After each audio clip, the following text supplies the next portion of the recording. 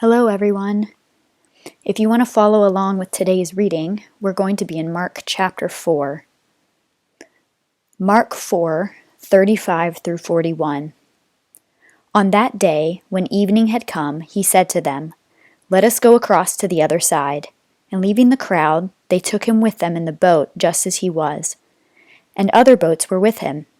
And a great windstorm arose, and the waves were breaking into the boat, so that the boat was already filling. But he was in the stern, asleep on the cushion. And they woke him and said to him, "Teacher, do you not care that we are perishing?" And he awoke and rebuked the wind and said to the sea, "Peace, be still." And the wind ceased, and there was a great calm. And he said to them, "Why are you so afraid? Have you still no faith?" And they were filled with great fear and said to one another, "Who then is this, that even the wind and sea obey him?"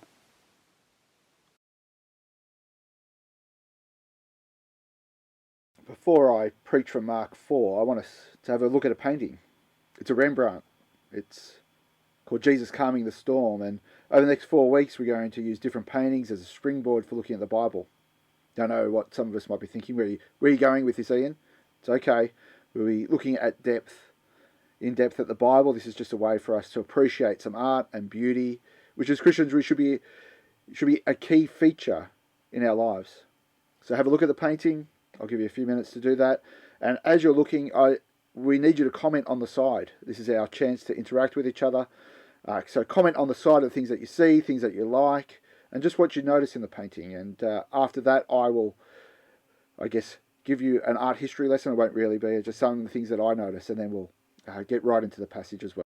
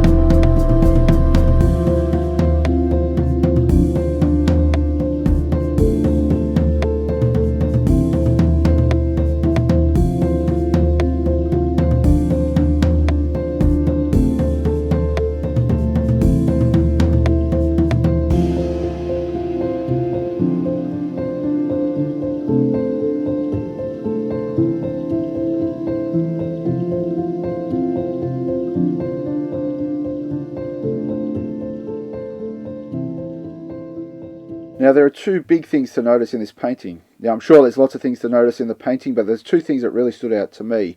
The first one is the use of light. If you look on the left-hand side, everything is cloaked in light.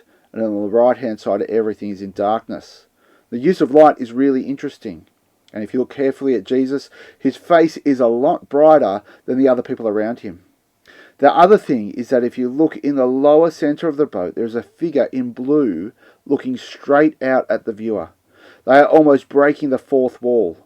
People think that Rembrandt has painted himself into the picture, and he is looking at us. It's a really engaging painting, and you could spend ages looking at it and picking out all of the details. But I think it really captures in one snapshot the story that Katie read from Mark 4. Now, you have no excuse to not have a Bible today, so please grab one and open one, because we're going to spend some time looking at it together. But the turmoil of the storm, the fear of the people on board, and the panic of them about to lose their lives is all really well captured in this painting. And it's a simple story, isn't it? Jesus has been doing a lot of teaching, he's exhausted, and so he tells his disciples that they're going to head to the other side of the lake, that is Lake Galilee. Now, some of the disciples were fishermen, and so sailing over the lake like this shouldn't be too big a task, but Lake Galilee was known for its violent storms and that would just kind of unexpectedly pop up, and this is what happens.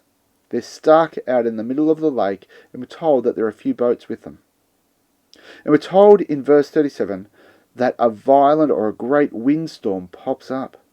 The boat is filling with water. This usually means one thing, right? You're going to be swamped and you're going to drown. I don't do well in boats at the best of times. I get really seasick, and I would rather be in the water than on top of it. But quite a while ago, Anna and I were in Fiji. We only had Boaz with us at the time. He was about 6 months old, and we were off in the Yasara group of islands in Fiji. And it's quite a boat trip back to the mainland.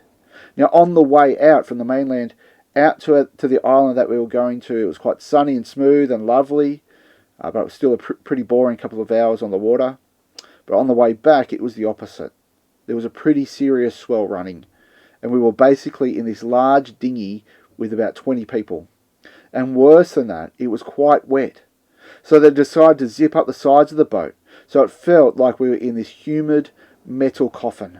And it was just rah, bang for 3 hours.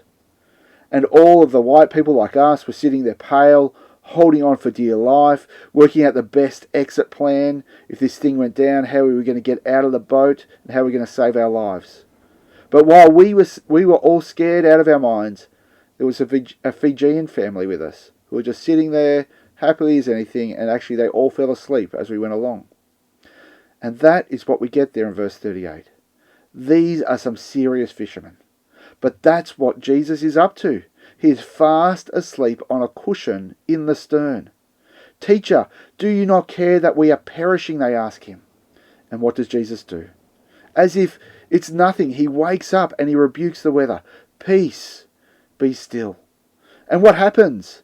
The wind stops, and there is a great calm. You can imagine the disciples' reaction, right? Well, we didn't mean for you to take all of the wind away. We still need to get home. Now, how are we going to get back to land? There's no wind around. Come on, Jesus. No, that's not their reaction at all, is it? What does Jesus say? Verse 40. He said to them, "Why are you so afraid? Have you still no faith?" And they were filled with great fear and said to one another, "Who then is this, that even the wind and the sea obey him?" At first, they're afraid of what is outside of the boat. The wind and the waves, that can kill you pretty quickly if you end up in the water. But that fear quickly shifts, doesn't it, to what is inside the boat, to Jesus. Who then is this, that even the wind and the sea obey him? This story is all about fear. First, fear outside of the boat, and then secondly, fear inside the boat. And of course, their question is the right one. Who then is this? It's the right question, isn't it? And this is not, who do you think you are? This is oh my goodness, who is this? Who can just do that? Over the last few days, we tried to go for walks, but it just keeps raining and we're struggling being inside. It'd be lovely for me just to be able to go, stop raining. And it happened. That would be an amazing superpower, wouldn't it? But what we are meant to see, and what the disciples should have seen, is that there is only one person that can speak and things happen like this. And that is, of course, God. In Genesis 1, we see God speak, and when he speaks, things happen. And that is what Mark wants us to see. When this guy, Jesus, speaks, he has the same power and authority as God. Then who is he? All the evidence is pointing in the same direction. This is God come in the flesh. It takes them a lot longer to work that out, and they should have seen that earlier, but this is what we are meant to see, that this is God come in the flesh, and the reaction of the disciples is the right one. Rather than being afraid of what is outside of the boat, the thing to be truly afraid of is inside the boat. Jesus' question is also a good one, and I actually think his question, although it appears a little bit weird, it's also very profound, which is usually what you get with Jesus. Verse 40. He said to them, "Why are you so afraid? Have you still no faith?" And you'd be like, "Jesus, are you stupid? We almost drowned and you're asking us why we're so afraid. What are you talking about?" But it is the second question that is so important. You still have no faith. You still have no faith. See, both of these questions together actually reveal in us the things that deep down we are really worshipping. They show us deep down our real gods. See, what fear does is show us where our real trust is. It exposes the thing that we are really trusting in. See, at the moment, why is everyone afraid? See, there are two things that are making us afraid out there in the world. Firstly, of course, there's this virus that might make us sick, might make our loved ones sick, and might mean that we or they suffer, and potentially that people will even die. And so we want to go and hide, and we want to stay away from people. Erin needed to get something from the shop just the other day during our kind of lockdown period, and said there was not really anyone around Palmy at all, and until she got to Pack and Save, and then Pack and Save, the car park was just packed full of people, and packed full of cars, and then you got inside and there's just people everywhere. I've been saying for weeks, stay away from Pack and Save. It's the place that you'll probably get sick. And it's kind of ironic that it's a place that everyone's gone to in a panic to kind of go and strip the shelves of all the food and all the toilet paper. But the other big fear, and it's one that we're not feeling just yet, but one that will come, is the economic impact that this will have. And I think that's going to be huge. There'll be a stack of small businesses that are going to go out of business. There are going to be a lot of people that are unemployed. And not to say anything about the social impact that this is all going to have. And these are two big things that we rightly can see and go, hey, these are big things coming towards us. But what we need to see is that these things, both the virus, so the potential sickness, and the potential economic impact that is coming, are both exposing the same thing. They're exposing where our real trust is. Exposing the thing that we really worship. See, there are many people out there hoping for one of two things at the moment. It's either the news that the virus is contained in this country, or the news that a vaccine has been found. And if our response to either of those bits of news is, "Oh gee, thank God," what this does is it shows who we really trust. If we are in a state of fear right now, and then you hear that news that the virus has been contained or a cure has been found, and you think, "Oh, thank goodness, I can go back to my normal life," then you're not really trusting God. You're trusting something other than God. Now, I need to be clear that I'm not being anti-government, anti-science, or anti-medicine, or anything like that. What I'm doing is showing that this is exposing who we are really serving. See, the moment that I say, "Thank goodness the government has got this under control," or "Thank goodness that science has found a cure," who was I trusting? On the surface, I'm trusting the government, or I'm trusting science. But what is it that I'm trusting them for? And this is where we get to expose our deeper idols. See, I was trusting them to keep me safe and secure. I was trusting them to give me a life that is comfortable, a life that might be fruitful, a life potentially free from suffering.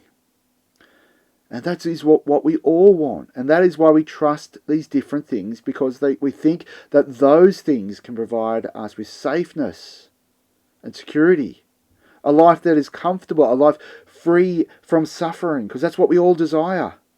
And so we serve these things because we think that they can provide the life that we truly desire. A comfortable life. It is the same with the coming economic problem. At the moment, Erin is unable to work, and so we've dropped down to just one income. And I was looking at the economic package that the government was providing and doing some calculations. And you know what went off in my head? We'll be okay. We'll get a little bit extra from the government. Thank goodness we'll just have enough to pay our bills. We'll be okay. Again, what was that doing? That thank goodness moment shows who I'm serving, who I'm worshipping. On the surface, it seems to be money, doesn't it? And why? Because again, money brings me the good life. At least in my mind, money brings me the good life. A life of comfort, a life free from struggle and suffering, a life of security. I read a few articles and spoke to a few people about their KiwiSaver the last couple of weeks. If you have KiwiSaver, do not look at it at the moment. It will be okay. The worst thing you can do at the moment is have a look at your KiwiSaver. Actually, maybe you should look at it because it might expose something in you, because you're going to be pretty shocked at what's happened to your KiwiSaver. But we need to delve in behind these gods, these things that we are trusting in, because they are not really the gods that we are serving. On the surface, they seem to be. There's a deeper thing that we are worshipping. See, money isn't really the God that I like to serve. The government or science isn't really the God that you're serving if you think that they're going to provide us with a life free from suffering or a life that is secure. See, why do we serve these gods? Why do we put our trust in these things? It is because they provide us with something. They provide us with a life that is comfortable, a life that is free from death and sickness and hardship. But when we see that the real God we are serving is really ourselves. We serve these gods because they provide us with something. They give us what we want. And so we keep serving them until they stop giving us what we want, until we move on to something better or different, which will then, kind of take our trust because it will serve us. See, what is happening at the moment is that the world's gods are being exposed. The things that the world is trusting in is being exposed for what they really are. False gods. Things that are not really secure. Even though they promise security, they are not really secure. See, at the moment it feels like this virus is out of control. The government and science doesn't have the answers to control it. So what is our response? It is fear. When our gods are no longer providing the things that we want, that safety and security, the only emotion that we are capable of feeling is fear. That is why everyone is so afraid at the moment. It is because there might be a period of suffering coming, potentially. And we just can't handle that. Our security has just been taken away. And so we end up afraid. And as Christians, we are not immune from that. But this is why us as Christians should lean into our fear. When people say, don't be afraid, it can be encouraging, but the problem is, it doesn't diagnose the real reason why we have that fear. And so we should lean into that fear. We should ask, what is it that I'm afraid of? Is it dying? Is it suffering? Is it losing a loved one? Is it losing the comfortable lifestyle that we might have? We need to explore our fear because it will help you diagnose the thing that you are really worshipping other than Jesus. And at the moment, our fear is exposing that we love ourselves much more than we love Jesus. People think that being a pastor is a hard job. Maybe you don't think it's a real job at all, as my father-in-law told me before Erin and I got married. But yes, it's a job of responsibility, but it's a simple job. My job is to help us worship God rightly, to help us have our hearts exposed so we can see how and where we love ourselves too much and God too little. That's all I do. That's all I do all week. I help people have their hearts exposed so that they can love God more and they can be more like Him. And I'm excited about the prospect of this period in history. That sounds a bit weird, I know. I'm not that excited about spending 4 weeks in our house with all of us. I think we'll cope, but it's going to be pretty hard. But when God brings hardships like this, times of testing, it has to be for our good. God has rarely done it on such a large scale in the past. Although I won't call it unprecedented, God doesn't often do it in such a large scale. But the opportunity that God is giving us to be reshaped like Him and for others to come to Him is enormous. God is going to use this period to show us who is really in control, who we should really fear, who we should really trust. See, Jesus' 2 questions are just so important for us. And they're so important for a time like now. Why are you afraid? Have you still no faith? Our fear shows where our faith is. Our fear shows where our faith is. If we fear what is on the outside of the boat, it shows our faith is not in Jesus. If that is you, don't dismiss your fear. Don't push down your anxiety. Embrace it. Explore it. Because God is using it to expose your heart so that you can be a true worshipper. Where our fear is, so is our faith. See, the disciples are terrified of Jesus after this event, yet they still hang around Him.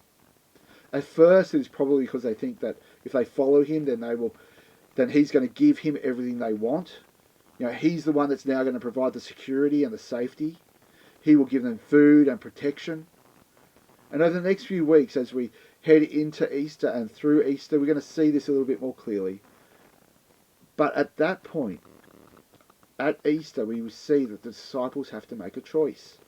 Will I serve this Jesus because of what I can get out of Him? Or will I serve this Jesus for who He is? And this question is thrown up in this passage as well.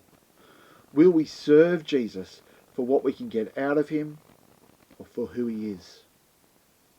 See, Jesus in this passage, Mark is showing us that He is mighty and powerful. He can control the wind and the waves. Well, surely, Jesus is going to protect me and give me the good life. He's going to provide security and safety. He's going to keep me from suffering. But that is simply not true.